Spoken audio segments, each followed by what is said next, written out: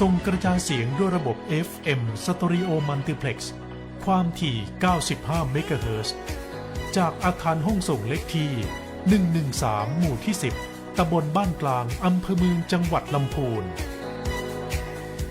วิทยุแห่งประเทศไทย ให้ความรู้คู่ความสุข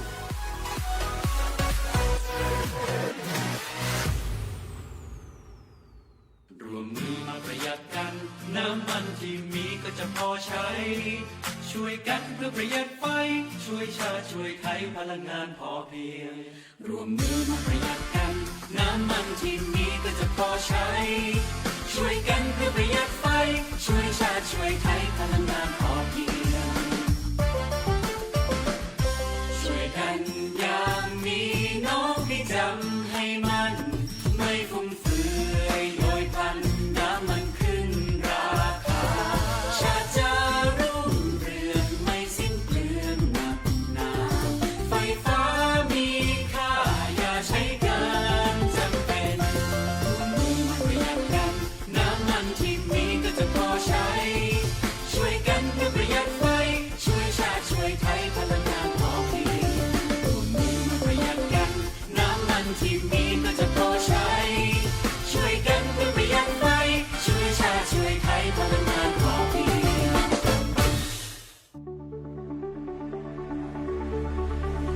จังหวัดลำพูนเปิดช่องทางการสื่อสารประชาสัมพันธ์แจ้งข่าวสารแจ้งเหตุตลอด 24 ชั่วโมงสายด่วนศูนย์ดำรงธรรมจังหวัดลำพูนโทร 1567 ระบบทราฟฟี่ฟองดู Line แอดทราฟฟี่ฟองดู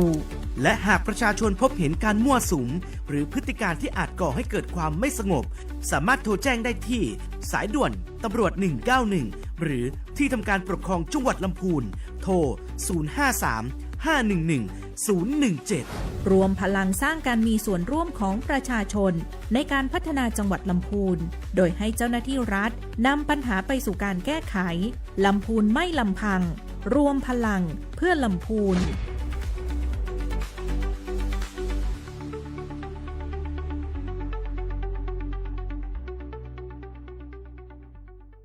ช่วงนี้ได้ยินคนบ่นกันเยอะเลยนะ เรื่องความไม่โปร่งใสเนี่ยใช่แต่รู้ไหมล่ะว่าจริงๆแล้วพวกเราช่วยกันได้นะทำยังไงหรอเดี๋ยวนี้มีช่องทางร้องเรียนที่เข้าถึงง่ายแจ้งเบาะแสได้สะดวกมากอย่างสายด่วนปปช1205อ๋อแบบนี้ทุกคนก็มีส่วนทำให้บ้านเราดีขึ้นได้จริงๆแน่นอนการต่อต้านทุจริตจะสำเร็จได้ก็เพราะคนอย่างเราร่วมมือกันสำนักงานประชาสัมพันธ์ที่ 3 กรมประชาสัมพันธ์ประกาศสำคัญจากจังหวัดลำพูนห้ามบุคคลใดกระทำการเผาในที่โล่งโดยเด็ดขาดตั้งแต่วันที่ 1 กุมภาพันธ์ถึง 31 พฤษภาคม 2569 ผู้ใดฝ่าฝืนจุดไฟเผาขยะเผาพื้นที่เกษตรเผาป่าหรือเผาในที่โล่งทุกพื้นที่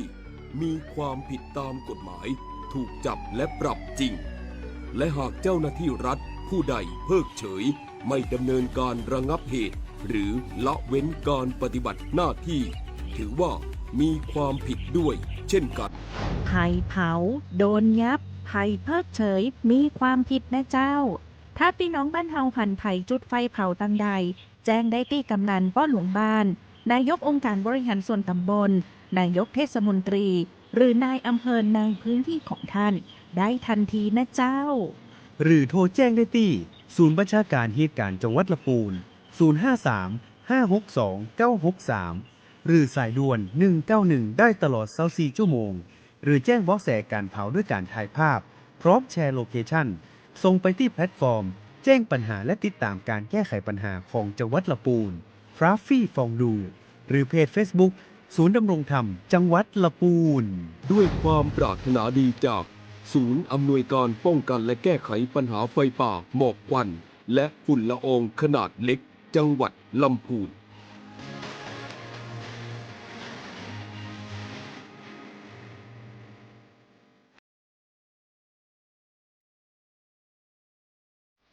ท่าน านกำลังรับฟังการส่งกระจายเสียงจากสถานีวิทยุกระจายเสียงแห่งประเทศไทยจังหวัดลำพูนสำนักประชาสัมพันธ์เขต 3 กรมประชาสัมพันธ์กระจายเสียงในระบบ FM Stereo Multiplex ความถี่ 95 เมกะเฮิรตซ์ จากอาคารเลขที่ 113 หมู่ที่ 10 ตำบลบ้านกลาง อำเภอเมือง จังหวัดลำพูน จากนี้ไปสถานีร่วมกับสำนักงานคณะกรรมการการเลือกตั้งประจำจังหวัดลำพูนเสนอรายการร่วมพัฒนาประชาธิปไตยกับกกต.ลำพูนค่ะ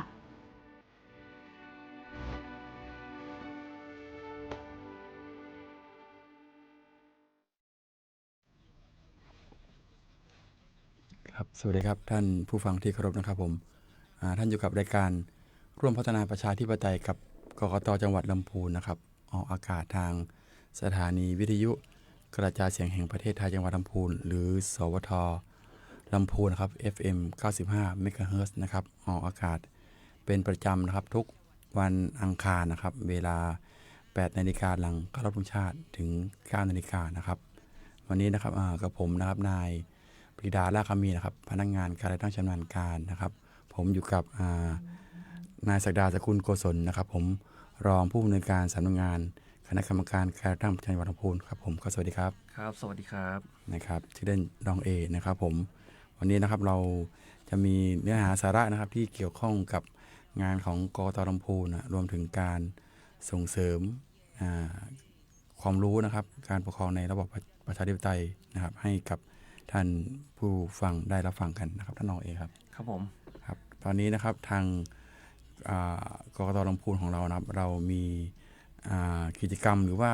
โครงการต่างๆที่เกี่ยวข้องกับการเสริมสร้างระบอบประชาธิปไตยของเราอย่างไรบ้างครับ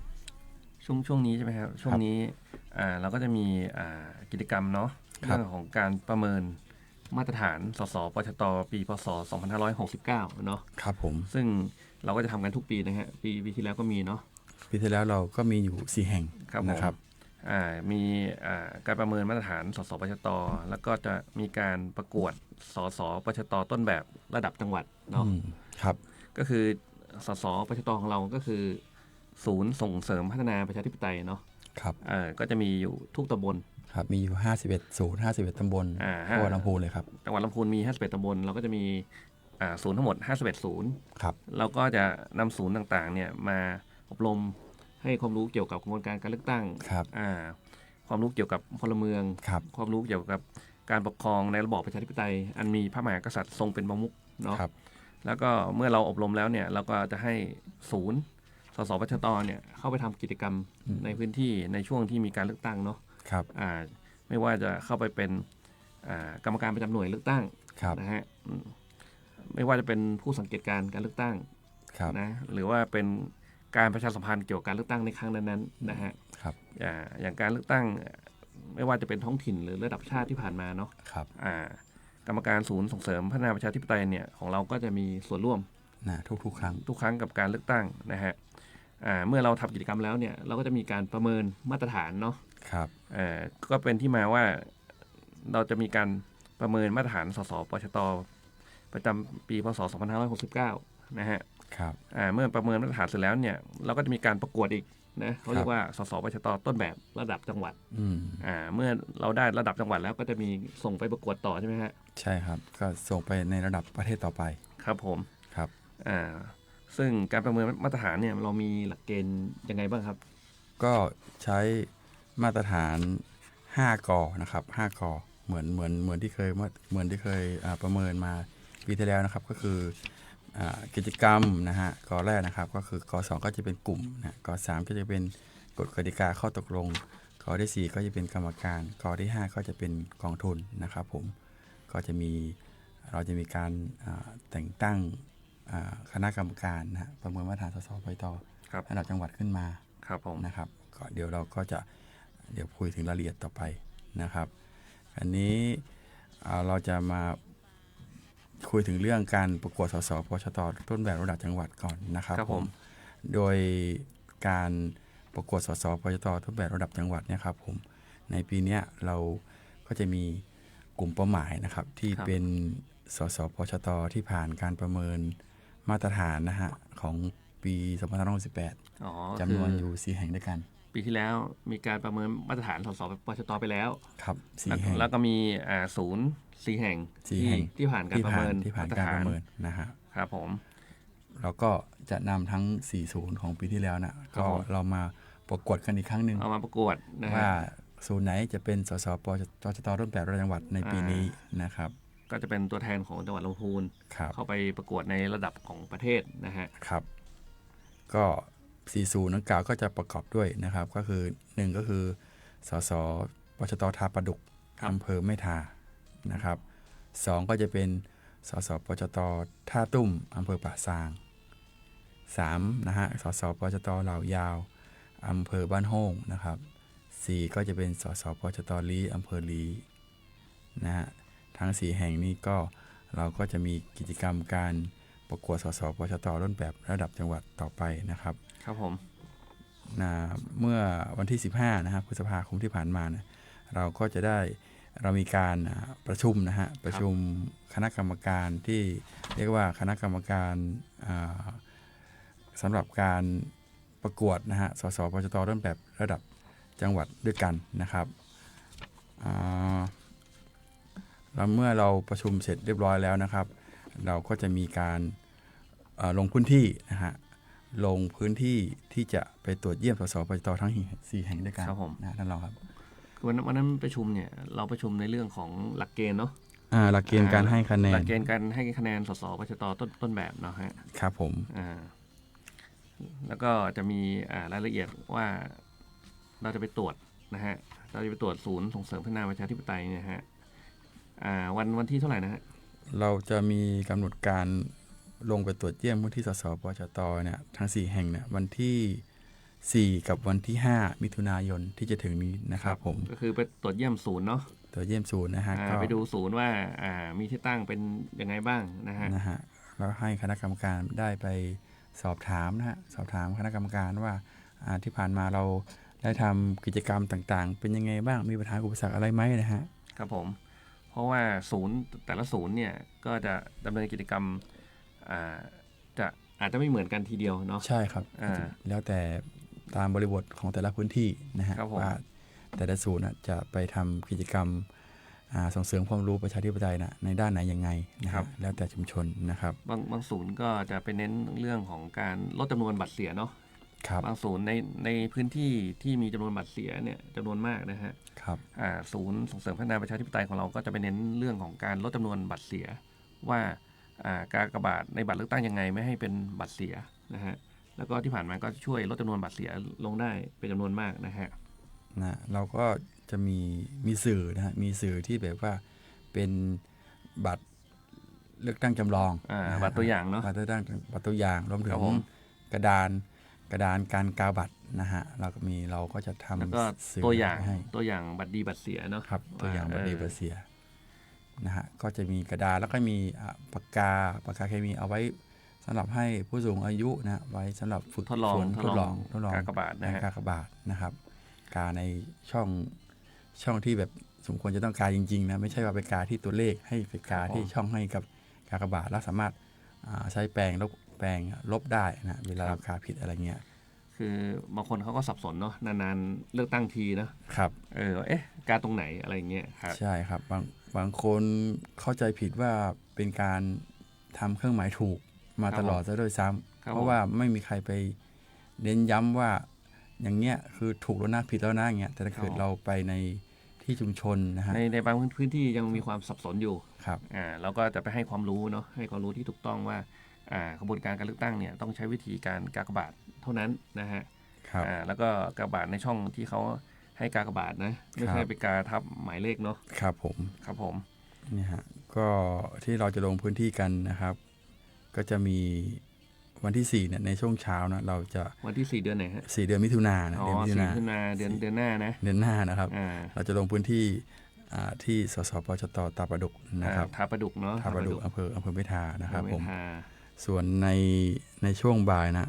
เราก็จะไปที่สสปชตท่าตุ้มอำเภอป่าซางไปป่าซางท่าตุ้มนะครับก็ที่ทำการของสสปชตนั้นก็ส่วนใหญ่ก็จะอยู่ที่สกรตำบลนะฮะหรือกศนเดิมนั่นเองนะครับมี คุณครูกศนตำบลหรือว่าครูศูนย์การเรียนรู้เนี่ยเป็นเลขานุการสสปจตโดยตำแหน่งนะครับวันที่5นะครับเราช่วงเช้าเนี่ยเราจะไปที่สสปจตตำบลลี้นะครับส่วนช่วงบ่ายก็เป็นสสปจตเหล่ายาวอำเภอบ้านโฮงนะครับเมื่อกี้ลืมแจ้งไปนะครับคณะกรรมการเนี่ยคณะกรรมการทั้งคณะกรรมการการคัดเลือกสสปจตต้นแบบระดับจังหวัดนะครับแล้วก็คณะกรรมการประเมินมาตรฐานสสปจตเนี่ยเราจะใช้ชุดเดียวกันนะฮะชุดเดียวกันนะฮะก็จะประกอบไปด้วยนะฮะลำดับที่1เนี่ยก็คือผู้ในการสำนักงานกกตจังหวัดลำพูนเป็นประธานกรรมการนะครับส่วนกรรมการท่านต่อมานะก็จะเป็นท่านปลัดจังหวัดลำพูนหรือว่าตัวแทนนะครับคนต่อมาก็จะเป็นท้องถิ่นจังหวัดลำพูนหรือตัวแทนนะครับแล้วก็พัฒนาการจังหวัดลำพูนหรือผู้แทนนะครับแล้วก็ผอ.สำนักงานส่งเสริมการเรียนรู้ประจำจังหวัดลำพูนหรือผู้แทนแล้วก็พัฒนาสังคมและความมั่นคงของมนุษย์จังหวัดลำพูนหรือว่าผู้แทนนะครับนายแพทย์สาธารณสุขจังหวัดลำพูนหรือผู้แทนประชาสัมพันธ์จังหวัดลำพูนหรือผู้แทนนะครับโดยมีหัวหน้ากลุ่มงานจัดการเลือกตั้งและการมีส่วนร่วมครับเป็นเลขานุการนะครับอันนี้คือคณะกรรมการนะฮะที่จะลงไปลงพื้นที่ตรวจเยี่ยมสสปจตนะครับที่ได้แจ้งมานะครับครับผมนะครับก็อย่างที่ท่านรองได้พูดเมื่อกี้พูดถึงหลักเกณฑ์นะฮะหลักเกณฑ์ในการพิจารณาคัดเลือกสสปจตต้นแบบระดับจังหวัดนะครับก็จะมี2แบบด้วยกันนะฮะก็จะมีเราหลักเกณฑ์การชี้วัดก็จะเป็นทั้งเชิงคุณภาพแล้วก็เชิงปริมาณนะครับเชิงคุณภาพก็คือเราจะนำผลการปฏิบัติงานของสสปจตนะฮะหรือผลการประเมินมาตรฐานของสสปจตเนี่ยแล้วก็เราจะดูถึงศักยภาพในการเป็นต้นแบบนะฮะในการขับเคลื่อนศูนย์การเรียนรู้ชุมชนแล้วก็เป็นแหล่งเรียนรู้นะฮะรวมถึงในศูนย์นั้นนะเราจะมีความพร้อมนะในการที่จะเป็นแหล่งศึกษาดูงานด้านการส่งเสริมวิถีประชาธิปไตยหรือไม่อย่างไรนะฮะรายละเอียดก็จะประกอบไปด้วยก็คือก็ใช้หลัก5 กเหมือนที่ได้แจ้งเมื่อกี้นะครับข้อแรกก็จะเป็นกิจกรรมนะฮะกิจกรรมก็คือผลการดำเนินงานของคณะกรรมการสสปจตนะที่ผ่านมาเรามีกิจกรรมอะไรยังไงบ้างนะครับว่าเข้าไปมีส่วนร่วมในการเลือกตั้งต่างๆเนี่ยอะไรบ้างใช่ไหมฮะใช่ครับเรามีแล้วก็เข้าไปทำอะไรบ้างใช่ไหมฮะใช่ครับตรงเนี้ยเราจะให้น้ำหนักคะแนนอยู่ที่ 40%อ๋อ 40%ดูที่กิจกรรมครับผมของศูนย์ว่ากิจกรรมมีมากน้อยแค่ไหนนะฮะแล้วมีประสิทธิภาพแค่ไหนครับเนาะเราก็จะมี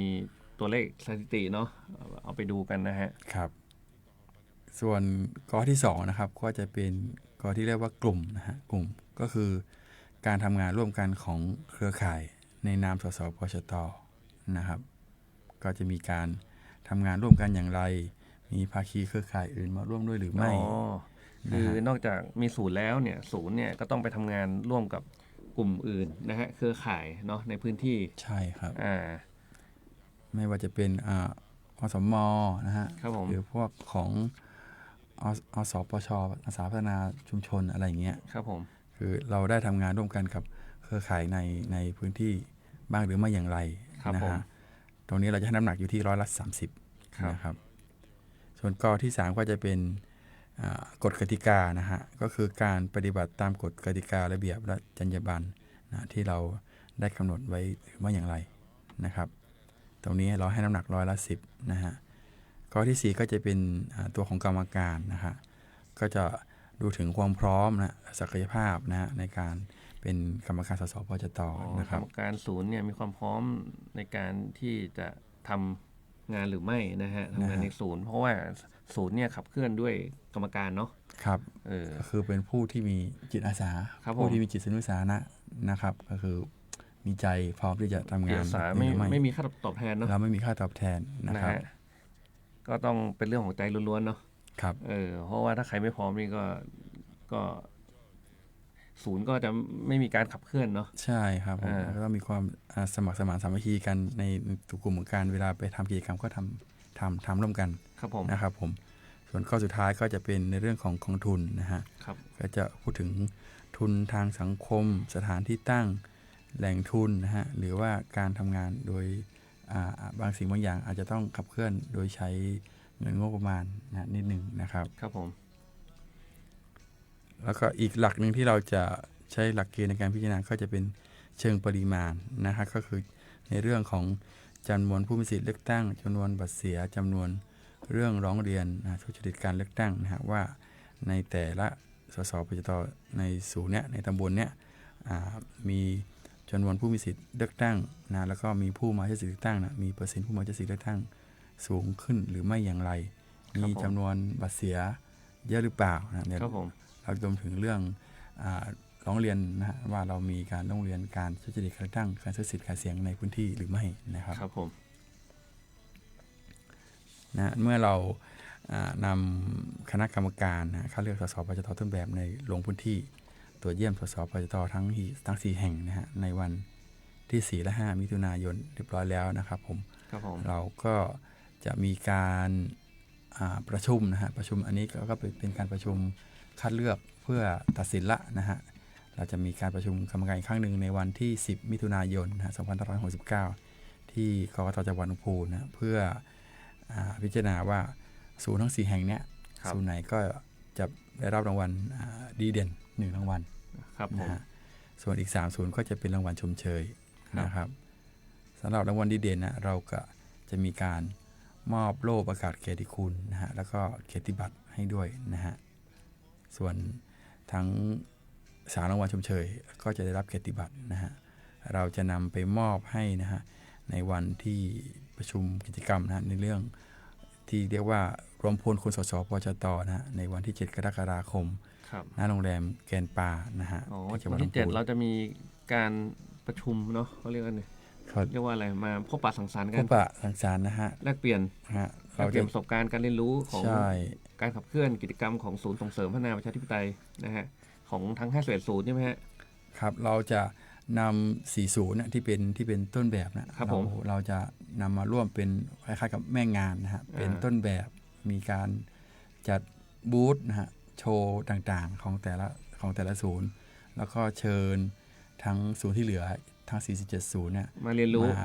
มาร่วมด้วยมาเรียนรู้มาแลกเปลี่ยนกันใช่มาแลกเปลี่ยนในงานนะครับว่าการขับเคลื่อนกิจกรรมของศูนย์เนี่ยศูนย์ต้นแบบเป็นอย่างไรใช่ไหมเป็นอย่างไรก็จะมีการเสวนานะฮะบนเวทีนะฮะว่าจะส่งตัวแทนของแต่ละศูนย์ขึ้นมาและเป็นเรียนรู้นะฮะมาให้ความรู้กันว่าศูนย์เนี่ยทำงานอย่างนี้ศูนย์นี้ทำงานอย่างนี้นะฮะก็เพื่อจะเป็นต้นแบบให้กับทั้ง47ศูนย์ที่เหลือนะก็อาจจะนำ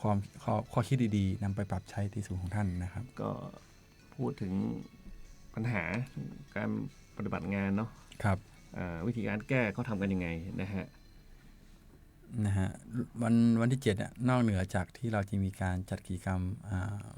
เขาเรียกว่าเสวนาบนเวทีนะฮะครับผมด้วยก็จะมีเราก็จะเชิญผู้มีความรู้อีกท่านหนึ่งนะครับก็จะเป็นเขาเรียกว่าเลขานุการชมรมนักข่าวของจังหวัดลำพูนนะขึ้นมาให้ความรู้นะฮะในเรื่องของการพูดในที่สาธารณะการพูดในที่สาธารณะนะฮะก็จะเป็นการให้ความรู้แก่คณะกรรมการสสปจตที่มาร่วมงานด้วยเป็นการฝึกฝนตัวเองนะฮะว่าสอนให้กับการพูดในที่สาธารณะอย่างไรนะฮะก็ต้องคอยติดตามนะฮะเดี๋ยวจะมีกิจกรรมในวันนี้นอกเหนือจาก2กิจกรรมเนี้ยก็จะมีการจัดบูธนะฮะจัดบูธรวมถึงบูธของกกตจังหวัดลำพูนด้วยเราจะมีการแจกของรางวัลมากมายนะฮะอาจจะมีการตอบคำถามประชาธิปไตยเล็กๆน้อยๆแล้วก็แจกของรางวัลให้กับผู้มาร่วมงานในวันนี้ด้วยนะครับอันนี้ก็จบไปเป็นเรื่องของการประกวดสสปจตต้นแบบระดับจังหวัดนะครับกิจกรรมต่อเนื่องจากการประกวดก็จะเป็นการประเมินมาตรฐานสสปจตนะฮะอย่างที่ท่านรองได้พูดได้เมื่อกี้นะครับว่าการประเมินมาตรฐานสสปจตของจังหวัดลำพูนของเรานะปีที่แล้วเราได้ประเมินไปแล้วนะฮะ4ศูนย์ด้วยกันนะฮะในส่วนของปีงบประมาณ2569เนี่ยเราก็จะมีการประเมินมาตรฐานอีกจำนวน8แห่ง8ศูนย์นะฮะโดยที่มาก็คือ อำเภอละ1 แห่งนะฮะอำเภอละ1 แห่งอำเภอละ1 แห่ง จังหวัดลำพูนมีทั้งหมด8 อำเภอ8 อำเภอเราก็ให้ผอ.สกร.อำเภอนะเป็นคนพิจารณาคัดเลือกนะฮะส่งศูนย์นะฮะเข้าที่ได้มาตรฐานที่คิดว่าได้มาตรฐานละคิดว่าพร้อมคิดว่ามาตรฐานที่สุดนะฮะก็มาประเมินมาตรฐานในปีนี้ทั้งหมด8 แห่งด้วยกันนะครับก็แห่งแรกก็จะเป็นสสปจต.บ้านทิอำเภอบ้านทินะครับแห่งที่2ก็จะเป็นสสปจต.ตำบลถาแม่รอบอำเภอแม่รอบแห่งที่3จะเป็นสสปจต.ตำบลป่าซางอำเภอป่าซางนะครับแห่งที่4สสปจต.ตำบลวังผางอำเภอเวียงหนองร่องลำดับที่5นะครับสสปจต.หนองปลาสวายอำเภอบ้านโฮง6นะครับสสปจต.ตำบลทุ่งหัวช้างอำเภอทุ่งหัวช้าง7นะฮะสสปจต.ตำบลแม่ตื่นอำเภอลีและ8นะครับสสปจต.ตำบลปราสักอำเภอเมืองลำพูนนะครับครับผมทั้ง8 แห่งก็จะเข้ารับการประเมินมาตรฐานสสปจต.ในปีนี้นะครับซึ่งตอนนี้ทาง8 แห่งก็รับทราบดูตัวแล้วก็อยู่ในช่วงของการทำรูปเล่มประมวลผลงานนะฮะทำรูปเล่มเพื่อจะนำมาเสนอให้กับคณะกรรมการประเมินมาตรฐานสสปจต.เนี่ยเราจะมีกิจกรรมนะฮะประเมินมาตรฐานสสปจต.ทั้ง8 แห่งเนี่ยในวันพฤหัสที่25 มิถุนายน 2569นะครับเวลา 8 นาฬิกาเป็นต้นไปนะฮะณห้องประชุม101ของอาคารกกต.จังหวัดลำพูนของเรานะฮะ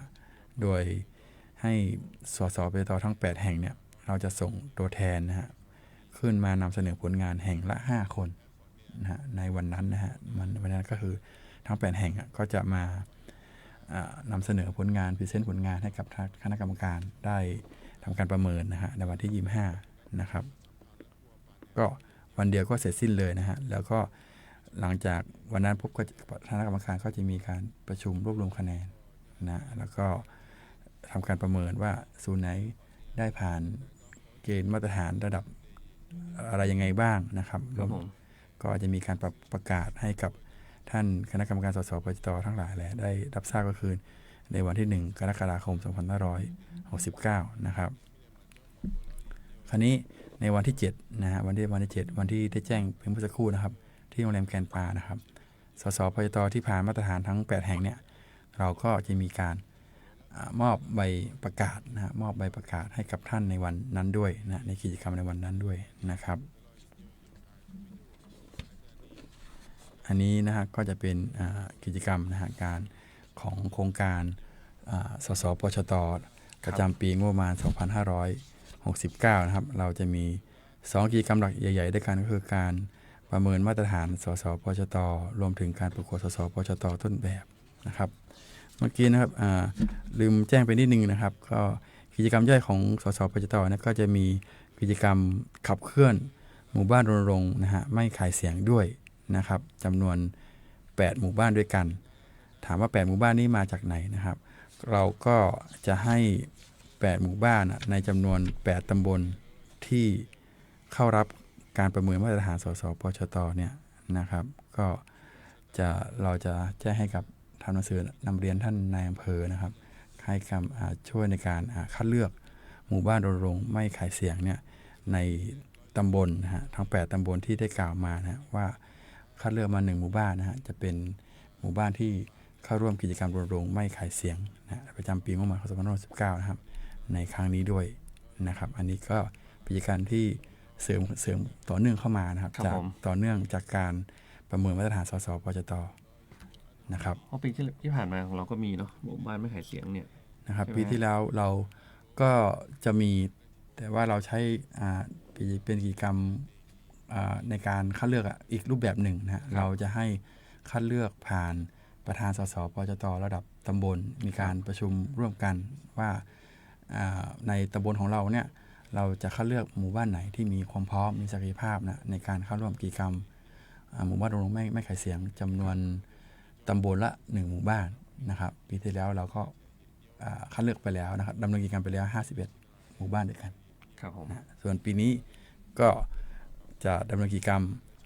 จำนวน8 หมู่บ้านนะดังที่ได้กล่าวมาเมื่อสักครู่นะครับอันนี้ก็เป็นอันชี้แจงกับ โครงการนะฮะสสปชตประจำปี 2569 นะครับผมเดี๋ยวเราพักฟังเพลงกันสักครู่หนึ่งนะฮะเดี๋ยวเรามาต่อเนื้อหาสาระของ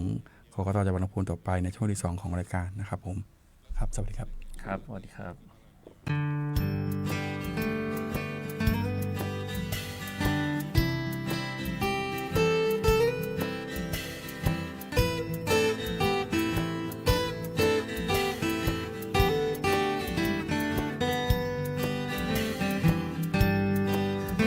ม่วนใจ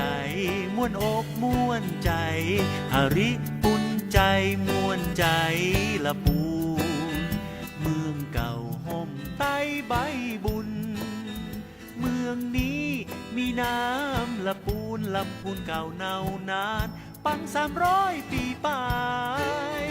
หนุ่มเหล่าสาวงามรองเรืองเมืองเนื้อกระเดืองเลื่องลำใหญ่บอกไกลบอกไกลเจียงใหม่สงบห่มเย็นเป็นไปหาริพุนชัยนี่ไงละปู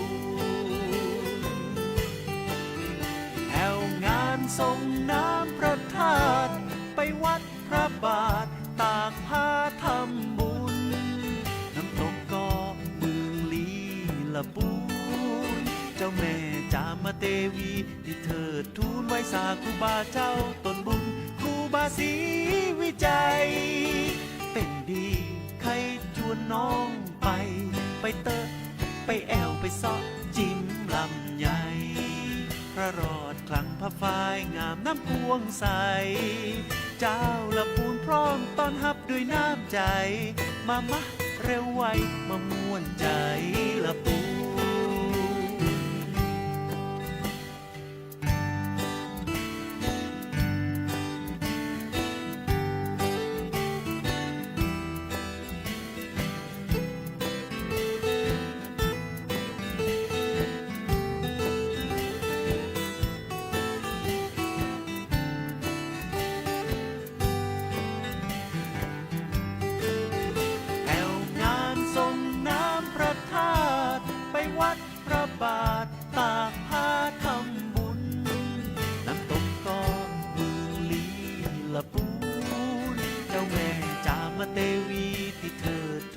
สาครูบาเจ้าตนบุญครูบาศรีวิจัยเป็นดีให้จวนน้องไปเตอะไปแอวไปซอกจิ้มลำใหญ่พระรอดคลังพระฝ้ายงามน้ำพวงใสเจ้าละปูนพร้อมต้อนรับด้วยน้ำใจมาเร็วไวมาม่วนใจละปูนมาเร็วไวมาม่วนใจ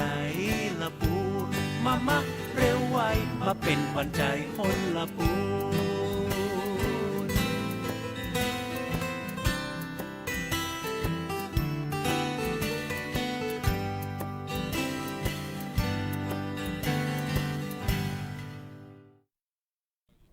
ครับกลับเข้ามาสู่ช่วงที่2นะครับของรายการร่วมพัฒนาประชาธิปไตยกับกต.จังหวัดลำพูนนะครับผมปิยะลักษมีนะผมอยู่กับท่านรองศักดาสกุลโกศลอยู่นะครับครับผมเมื่อช่วงของช่วงแรกของรายการนะเราได้พูดถึงโครงการนะฮะสสปชตนะประจำปี 2569 นะฮะที่นำเรียนท่านผู้ฟังเมื่อสักครู่นะครับมันก็จะมีโครงการต่อเนื่องนะฮะโครงการต่อเนื่องที่โครงการที่เกี่ยวข้องกับสสปชตมาให้ดำเนินกิจกรรมอีกนะครับโครงการต่อเนื่องชื่อโครงการว่าโครงการพัฒนาความเป็นพลเมืองในระบอบประชาธิปไตยนะครับก็จะเป็นกิจกรรมนะฮะให้ความรู้เกี่ยวกับประชาธิปไตยรวมถึงให้เชิญท่านวิทยากรจากสสปชตนะฮะทั้ง4แห่งนะที่จะเข้ารับการประกวดสสปชตต้นแบบระดับจังหวัดก็คือทั้งท่าประดุกทั้งท่าตุ้มทั้งเหล่ายาวทั้งลีนะจะได้มาดำเนินกิจกรรมให้ความรู้ประชาธิปไตยให้กับประชาชนในพื้นที่นะครับก็จะเป็นโครงการต่อเนื่องก็ทั้ง4แห่งเนี่ยก็จะมีกิจกรรมเขาเรียกว่าการให้ความรู้นะฮะการสร้างพลเมืองวิถีประชาธิปไตยทั้ง4ตำบลด้วยกันนะฮะ40นะฮะในกิจกรรม ศูนย์แรกนะฮะที่จะทำก็คือสสปตตำบลลีอำเภอลีนะฮะก็จะทำกิจกรรมในวันเสาร์ที่จะถึงนี้นะฮะวันเสาร์ที่23พฤษภาคม2569นะครับที่สครระดับตำบลลีอำเภอลีนะฮะส่วนวันอาทิตย์นะครับวันที่24เนี่ยก็จะเป็นพื้นที่ของสสปชตตำบลท่าประดุกอำเภอแม่ทานะฮะจะจัดกิจกรรมให้ความรู้เนี่ยที่ศูนย์เรียนรู้ปรัชญาเศรษฐกิจพอเพียงนะบ้านทากุหมู่ที่1ของท่าประดุกนะครับวันจันทร์ที่25เนี่ยจะเป็นของสสปชตท่าตุ้มอำเภอป่าซางนะฮะจะจัดให้ความรู้นะฮะที่สครระดับตำบลท่าตุ้มนะครับแล้วก็สุดท้ายนะฮะก็จะจัดที่วันที่27พฤษภาคมนะฮะจัดที่ของสสปชตตำบลเหล่ายาวนะที่ศาลาอเนกประสงค์บ้านทุ่งโป่งนะครับท่านรองครับครับผมนะฮะก็กิจกรรมก็จะเป็นการเชิญกลุ่มเป้าหมายก็คือไม่ว่าจะเป็นสถาบันการศึกษานักศึกษานะฮะคณะกรรมการสสปชตหรือภาคประชาชนจำนวน25คนนะฮะเข้ามาอบรมนะฮะให้ความรู้นะกิจกรรมก็จะมีดำเนินกิจกรรมทั้งวันนะฮะก็จะเป็นการไม่ว่าจะเป็นการบรรยายหัวข้อในเรื่องของการปกครองระบอบประชาธิปไตยมีพระมหากษัตริย์สมเด็จพระมุขนะครับครับผมการเป็นพลเมืองคุณภาพนะฮะรวมถึงการมีส่วนร่วมทางการเมืองของพลเมืองนะครับอันนี้ก็จะเป็นกิจกรรมที่ต่อเนื่องจากโครงการสสปชตนะฮะอีกกิจกรรมหนึ่งนะครับก็จะเป็นกิจกรรมที่เกี่ยวข้องกับสถานศึกษาแล้วนะครับสถานศึกษานะครับก็อันนี้ก็จะเป็นการอบรมให้ความรู้แก่สภานักเรียนนะฮะรวมถึงการประกวดวิทยากรประชาธิปไตยของโรงเรียนด้วยนะฮะเราจะดำเนินกิจกรรมขับเคลื่อนเสริมสร้างพลเมืองในสถานศึกษานะฮะเป้าหมายของการกิจกรรมในครั้งนี้นะก็จะมีโรงเรียนที่เข้าร่วมกิจกรรมอยู่5โรงเรียนด้วยกันนะฮะก็จะมีโรงเรียนระดับประถมเนี่ยสังกัดสพปเนี่ยอยู่2โรงนะฮะก็คือโรงเรียนบ้านหนองบัวอำเภอป่าซางนะครับโรงเรียนบ้านห้วยส้มนะอำเภอเมืองลำพูนนะฮะส่วนระดับของสพมหรือมัธยมเนี่ยก็จะมีอยู่2โรงนะครับโรงเรียนสวนบุญโยประถมลำพูนโรงเรียนเวียงเจดีย์วิทยาอำเภอลีนะครับแล้วก็สังกัดของอาชีวศึกษาเนี่ยก็จะมีอยู่1แห่งก็คือวิทยาลัยเทคนิคลำพูนนะครับก็จะเป็นการอบรมให้ความรู้ถึงเสริมสร้างพลเมืองนะฮะแห่งแรกนะฮะที่เราจะทำก็คือโรงเรียนบ้านหนองบัวนะฮะจะจัดกิจกรรมในวันที่9มิถุนายนนะฮะที่โรงเรียนบ้านหนองบัวนะครับแห่งที่2โรงเรียนบ้านห้วยส้มเนี่ยเราจะจัดกิจกรรมวันที่12มิถุนายนนะครับที่โรงเรียนบ้านห้วยส้มนะฮะส่วนวันที่3รุ่นที่3เนี่ยก็จะเป็นจัดที่วันจันทร์ที่15มิถุนายนเราจะรวมทั้ง3โรงเรียนเลยนะฮะก็ไม่ว่าจะเป็นส่วนบุญเวียงเจดีย์วิทยาเทคนิคนะครับเราจะมารวมกันแล้วอบรมให้ทีเดียวเลยนะฮะก็ทั้งหมด120คนที่โรงเรียนแคนปานะฮะแคนปาลำพูนนะฮะแล้วก็มันจะมีการประกวดนะฮะวิทยากรประชาธิปไตยนะครับเราก็จะมีการประชุมคณะกรรมการตัดสินการประกวดกันก่อนนะฮะวันที่23มิถุนายนส่วนวันประกวดกิจกรรมการประกวดวิทยากรประชาธิปไตยระดับจังหวัดเนี่ยเราจะจัดกิจกรรมในวันที่7นะกรกฎาคม2569ที่โรงแรมแคนปาก็คือในช่วงบ่ายภายหลังจากการจัดกิจกรรมรวมพลคนสสปชตในช่วงเช้าเสร็จสิ้นแล้วนะฮะก็จะเป็นการดำเนินกิจกรรมต่อเนื่องกันเลยครับท่านรองครับก็การเผยแพร่ความรู้ให้กับโรงเรียนเนาะปีที่แล้วเราก็ดำเนินการนะครับเข้าไปดำเนินการในหลายโรงเรียนแต่ว่ากลุ่มเป้าหมายเนี่ยของเราเนี่ยก็จะเขาเรียกว่าอะไรฮะก็คือรุ่นพี่เขาจบไปแล้วใช่ไหมฮะเราก็จะมาอบรมให้ความรู้กับรุ่นน้องที่มาแทนรุ่นพี่ก็คือสภานักเรียนปีต่อมาครับผม อันนี้ก็จะเป็นกิจกรรมหลักๆของเราเนาะที่ไปทำงานพร้อมกับศูนย์ส่งเสริมพัฒนาประชาธิปไตยแล้วก็โรงเรียนครับผมอันนี้ก็เป็นกิจกรรมหลักๆนะฮะแล้วก็ต่อไปก็จะเป็นแจ้งข่าวสารเกี่ยวกับการเลือกตั้งเนาะการเลือกตั้งท้องถิ่นมาแล้วครับท้องถิ่นนะฮะก็จะมีการเลือกตั้งสมาชิกสภาเทศบาลตำบลหนองล่องเขตเลือกตั้งที่2นะฮะอำเภอเวียงหนองล่องจ จังหวัดลำพูนเป็นกรณีแทนตำแหน่งที่ว่างนะฮะ ครับ เนื่องจากสมาชิกสภาเทศบาลตำบลหนองล่องเขตเลือกตั้งที่2คนเดิมเขาได้ลาออก ครับ นะฮะก็โดยผลของกฎหมายนะฮะพระราชบัญญัติการเลือกตั้งสมาชิกสภาท้องถิ่นหรือผู้บริหารท้องถิ่นพ.ศ. 2562เนี่ยก็ให้มีการจัดการเลือกตั้งภายใน60วัน ครับ นับจากวันที่สมาชิกสภาท้องถิ่นเนี่ยพ้นจากตำแหน่งนะฮะ ครับ ซึ่งผู้อำนวยการการเลือกตั้งเนี่ยประจำเทศบาลตำบลหนองล่องเนี่ยก็ได้ประกาศให้มีการเลือกตั้งเนาะ ครับ ก็โดยให้มีการเลือกตั้งวันอาทิตย์ที่24พฤษภาคม2569นะฮะ ก็คือวันอาทิตย์ที่ถึงนี้นะครับ ครับวันอาทิตย์ที่จะถึงเนี่ยเป็นวันเลือกตั้งนะฮะแทนตำแหน่งที่ว่าง ครับ ของสมาชิกสภาเทศบาลตำบลหนองล่องนะฮะก็รับสมัครตั้งแต่วันที่6เมษายน2569ถึงวันที่10เมษายน2569นะฮะก็สมัครไปแล้ว ครับ นะฮะ เรียบร้อยแล้วค เรี รั ย บบ ร้อยแล้วแล้วก็จำนวนสมาชิกสภาเทศบาลตำบลหนองล่องเนี่ยที่จะมีการเลือกตั้งก็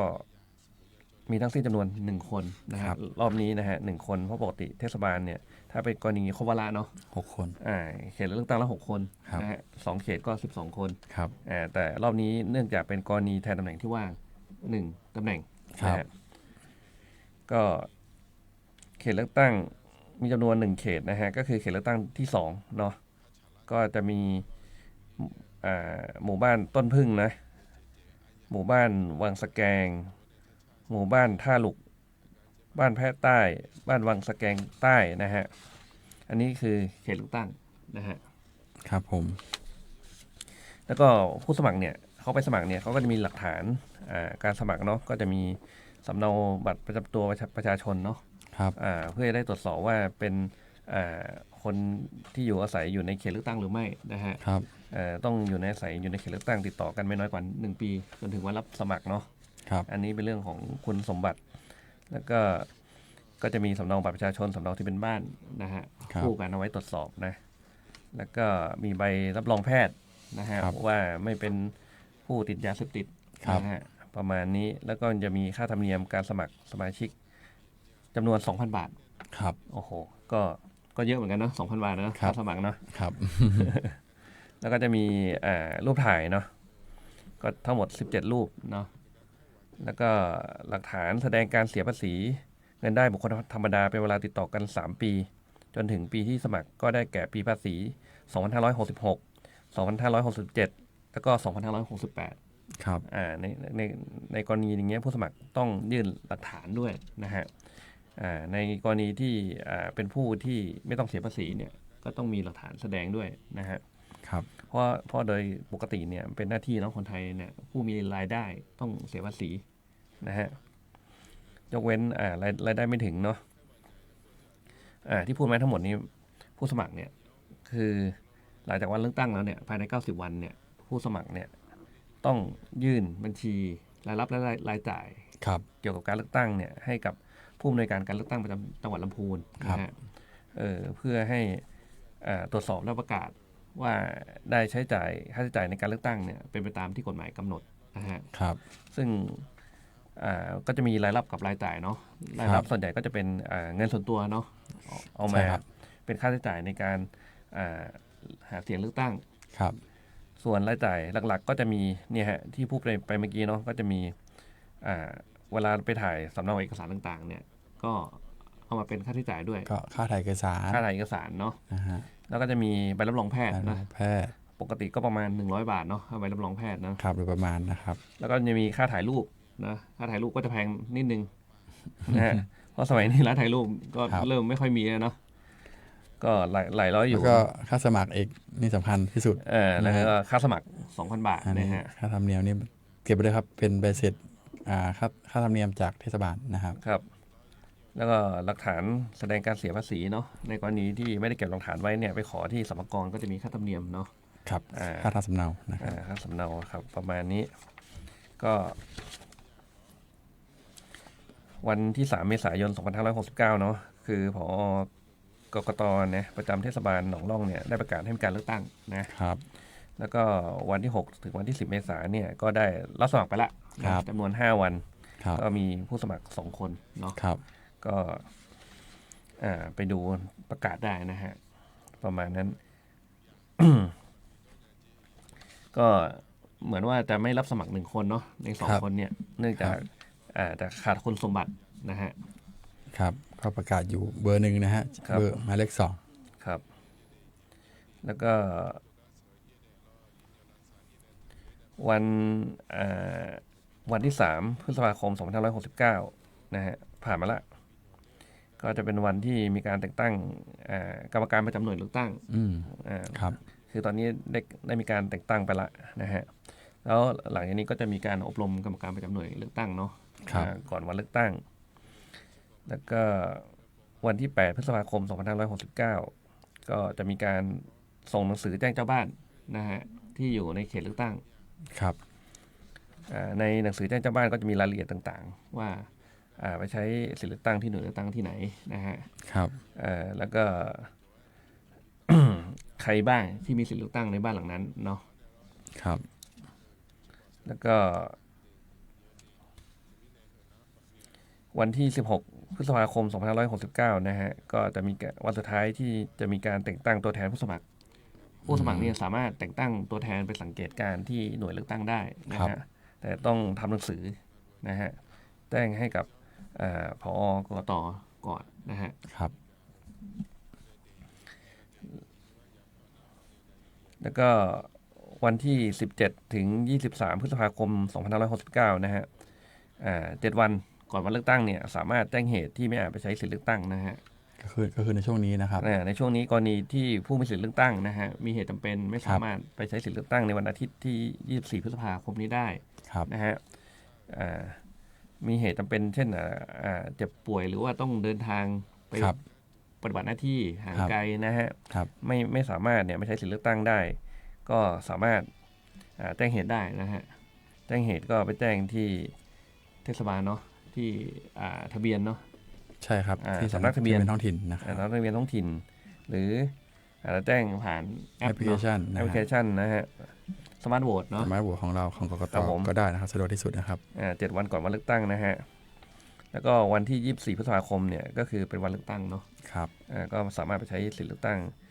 ในหน่วยเลือกตั้งที่เราไปใช้สิทธิ์ได้นะฮะครับแล้วก็วันที่25 ถึง 31 พฤษภาคม 2569เนี่ยก็คือแจ้งเหตุที่ไม่อาจไปใช้สิทธิเลือกตั้ง7 วันหลังจากวันเลือกตั้งครับถ้ากรณีที่ก่อนวันเลือกตั้งเนี่ยยังไม่ได้แจ้งเหตุก็สามารถมาแจ้งเหตุหลังจากวันเลือกตั้งได้ภายใน7 วันนะฮะพอเราแจ้งเหตุเสร็จแล้วเนี่ยมันก็จะมีหลังจากเลือกตั้งเสร็จเนี่ยเขาก็จะทำบัญชีรายชื่อผู้มีสิทธิเลือกตั้งที่ไม่ไปใช้สิทธิเลือกตั้งก็คือเป็นบัญชีจำกัดสิทธิเลือกตั้งเนาะในกรณีที่ผู้มีสิทธิเลือกตั้งแล้วไม่ไปใช้สิทธิเลือกตั้งโดยไม่แจ้งเหตุหรือแจ้งเหตุแล้วแต่เหตุนั้นไม่เป็นเหตุอันควรนะฮะก็จะถูกจำกัดสิทธิ์นะฮะถูกจำกัดสิทธิ์หลายประการนะฮะอย่างเช่นไปสมัครเป็นกำนันผู้ใหญ่บ้านนี่เนาะครับก็ไม่ได้ไม่ได้นะฮะก็จะสมัครเลือกตั้งเป็นสมาชิกสภาท้องถิ่นหรือผู้บริหารท้องถิ่นก็ไม่ได้ครับนะฮะจะไปสมัครระดับประเทศก็ไม่ได้นะฮะหรือว่าจะไปสมัครสอบเป็นข้าราชการของรัฐสภาก็ไม่ได้นะฮะครับซึ่งสิทธิ์ดังกล่าวเนี่ยถูกจำกัดไว้เป็นเวลา2 ปีนะฮะนับจากวันเลือกตั้งเนาะครับแล้วก็สิทธิ์ดังกล่าวเนี่ยก็จะมี2 ปีแต่ถ้าหลังจากนั้นมีเลือกตั้งอีกคุณก็ไม่ไปใช้สิทธิ์อีกเขาก็นับไปอีก2 ปีนะสิทธิ์นี่ก็จะไม่หายไปนะฮะครับก็โดยจำกัดสิทธิ์อีก2 ปีต่อเนื่องเลยครับต่อเนื่องครับเวลาครับดังนั้นก็ต้องให้ความสำคัญเนาะมันเป็นหน้าที่เนาะในการเลือกตั้งครับแล้วก็พอเลือกตั้งเสร็จเนี่ยถ้าการเลือกตั้งเห็นว่าเป็นไปโดยสุจริตและชอบด้วยกฎหมายเนาะกกต.ก็จะประกาศการเลือกตั้งภายใน30 วันก็คือภายในวันที่23 มิถุนายน 2569ครับนะฮะแต่ถ้ายังมีเหตุสงสัยอยู่ก็จะประกาศวันสุดท้ายก็ภายใน60 วันเนาะก็คือวันที่23 กรกฎาคม 2569นะฮะในกรณีที่มีเหตุสงสัยมีเรื่องร้องเรียนเกี่ยวกับกระบวนการเลือกตั้งเนี่ยฮะ แล้วก็ในวันเลือกตั้งนะฮะวันก่อนวันเลือกตั้งเนี่ยห้ามขายจำหน่ายจ่ายแจกสุรานะฮะ18 นาฬิกาของวันก่อนวันเลือกตั้งจนถึง18 นาฬิกาของวันเลือกตั้งนะฮะก็คือ18 นาฬิกาของวันที่23 พฤษภานะครับจนถึง เวลา 18 นาฬิกาของวันที่ 24นะฮะอันนี้ในพื้นที่ของหนองร่องเขต 2นะครับ พื้นที่เฉพาะพื้นที่เลือกตั้งเนาะ ครับ หลังเวลา 18 นาฬิกาของวันที่ 24 นี้ก็สามารถจำหน่ายแจกได้ครับแล้วก็ห้ามถ่ายภาพบัตรเลือกตั้งที่ลงคะแนนแล้วนะฮะในกรณีผู้ไม่ใช้สิทธิเลือกตั้งเนี่ยไปลงคะแนนแล้วนะแล้วไปถ่ายรูปอย่างเงี้ยมาเผยแพร่ก็จะผิดกฎหมายเนาะเลือกตั้งเนาะห้ามนะฮะเพราะว่าการเลือกตั้งมันต้องเป็นความลับเนาะโดยตรงได้รับนะฮะแล้วก็ห้ามหาเสียงรวมถึงโพสต์แชร์ในโซเชียลมีเดียต่างๆนะฮะตั้งแต่เวลา 18 นาฬิกาของวันก่อนวันเลือกตั้งนะฮะจนสิ้นสุดการเลือกตั้งห้ามหาเสียงแล้วก็ห้ามทำลายบัตรเลือกตั้งห้ามฉีกหรือทำลายนะหรือว่าทำให้ชำรุดใช้ไม่ได้นะฮะห้ามนำบัตรเลือกตั้งออกจากหน่วยเลือกตั้งนะฮะก็คือบางคนอาจจะไม่ได้ตั้งใจเนาะอาจจะลืมนะเอาใส่ไว้ในกระเป๋าเดินออกจากหน่วยลืมกลับบ้านนะฮะ ก็คือบัตรเลือกตั้งเนี่ยพอลงคะแนนแล้วก็ต้องเอาไปหย่อนในหีบบัตรเลือกตั้งเนาะเพื่อที่จะนำมานับภายหลังจากที่ปิดหน่วยเลือกตั้งแล้วนะครับแล้วก็ห้ามซื้อสิทธิ์ขายเสียงนะฮะแล้วก็ห้ามพนันผลการเลือกตั้งนะฮะอันนี้ก็เป็นหลักทั่วไปนะฮะครับผมในส่วนของการเลือกตั้งก็ข่าวเลือกตั้งก็มีแค่นี้ครับผมก็เห็นน้องว่าจะมีเขาเรียกว่าอะไรเงื่อนไขของการมีผู้สมัครอยู่1คนเนี่ยที่จะได้รับเลือกตั้งเนี่ยมันมีเงื่อนไขอะไรนะครับน้องครับที่จะต้องได้รับคะแนนต้องนับคะแนนไม่น้อยกว่า10%ของจำนวนผู้มีสิทธิเลือกตั้งเนาะครับผมแล้วก็ต้องมากกว่าอะไรนะครับมากกว่าคะแนนของผู้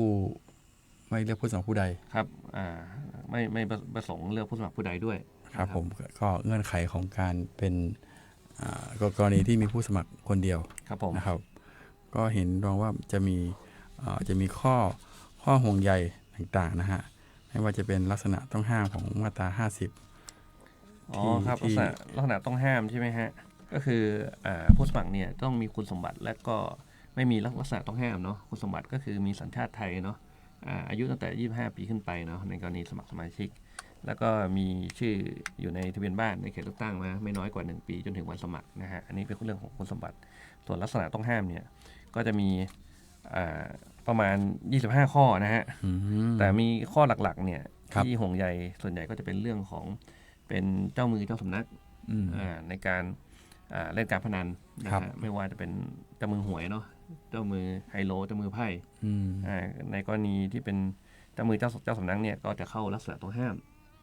แต่ถ้าเป็นกรณีเป็นผู้เล่นเฉยๆเนี่ยก็จะไม่เข้าลักษณะต้องห้ามก็ยังสามารถเป็นผู้สมัครได้นะฮะก็ผู้สมัครก็ต้องตรวจสอบตัวเองนะฮะว่าเรามีคุณสมบัติครบถ้วนไหมแล้วก็มีลักษณะต้องห้ามหรือไม่นะฮะถ้าไปตรวจพบภายหลังเนี่ยถึงแม้ว่าเราจะได้คะแนนอยู่ในลำดับที่จะได้ประกาศผลได้รับการเลือกตั้งก็ตามแต่ถ้าเข้าลักษณะต้องห้ามก็ไม่สามารถจะประกาศรับรองผลได้นะฮะก็ต้องมีวิธีการที่จะตรวจสอบตัวเองนะฮะต้องตรวจสอบตัวเองครับเพราะส่วนใหญ่เราก็ต้องรู้อยู่แล้วเนาะส่วนไหนใครที่โดนคดีเนาะเพราะว่าต้องถูกศาลพิพากษานะฮะก็แสดงว่าเราต้องเคยขึ้นศาลนะฮะก็เคยโดนจับแล้วเคยโดนจับก็เคยขึ้นศาลผู้สมัครก็จะรู้ดีนะฮะแล้วก็การตรวจสอบของเราเนี่ยก็จะมีหน่วยงานต่างๆเนี่ยตรวจสอบนะฮะซึ่งบางครั้งในผลการตรวจสอบเนี่ยอาจจะมาภายหลังแต่มาภายหลังเนี่ยเราก็สามารถดำเนินการตามกฎหมายได้ดังนั้นผู้สมัครก็ต้องมั่นใจว่าตัวเองเนี่ยมีคุณสมบัติครบถ้วนและไม่มีลักษณะต้องห้ามด้วยนะฮะทางที่ดีก็ต้องตรวจสอบตัวเองก่อนครับตรวจสอบตัวเองก่อนให้ครบถ้วนถ้าไม่เช่นนั้นก็จะถูกดำเนินคดีตามกฎหมายว่ารู้อยู่แล้วว่าไม่มีคุณสมบัติแล้วมาสมัคร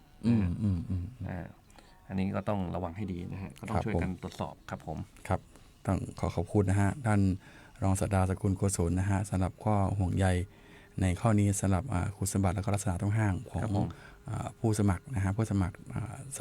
สทต่างๆนะฮะของปตต่างๆนะครับอันนี้